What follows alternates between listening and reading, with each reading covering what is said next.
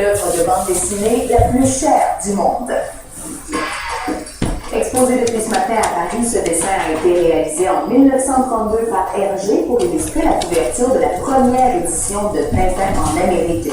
L'œuvre faite de gouache de couleur s'était vendue 992 000 $ il y a 4 ans et sera revendue aux enchères samedi, probablement pour un montant record. La maison d'enchères estime que le prix de vente pourrait atteindre 1,5 million $. Il n'existe que 5 autres couvertures réalisées à la gouache, les autres ont été faites à l'encre de Chine.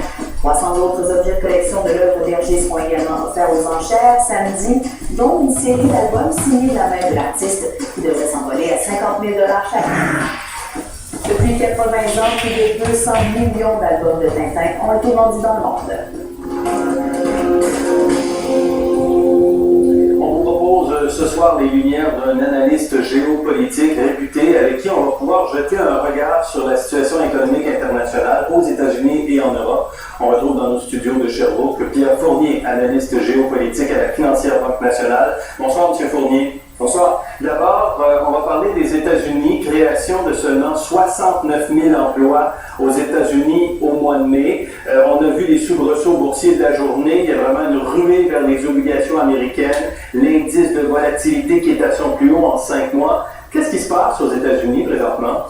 Ben, évidemment, c'est décevant, mais c'est pas particulièrement surprenant. Quand on voit à quel point le consommateur américain est en difficulté, autant au niveau de ses revenus, autant au niveau de son endettement, c'est pas tellement étonnant qu'un consommateur qui représente 75% du produit national brut a de la difficulté à faire démarrer l'économie. Donc, ça fait assez longtemps, nous, qu'on croit là, que les problèmes structurels de l'économie américaine sont loin d'être réglés. Et je pense qu'aujourd'hui, les chiffres le confirment. Et ça n'augure rien de bon en cette période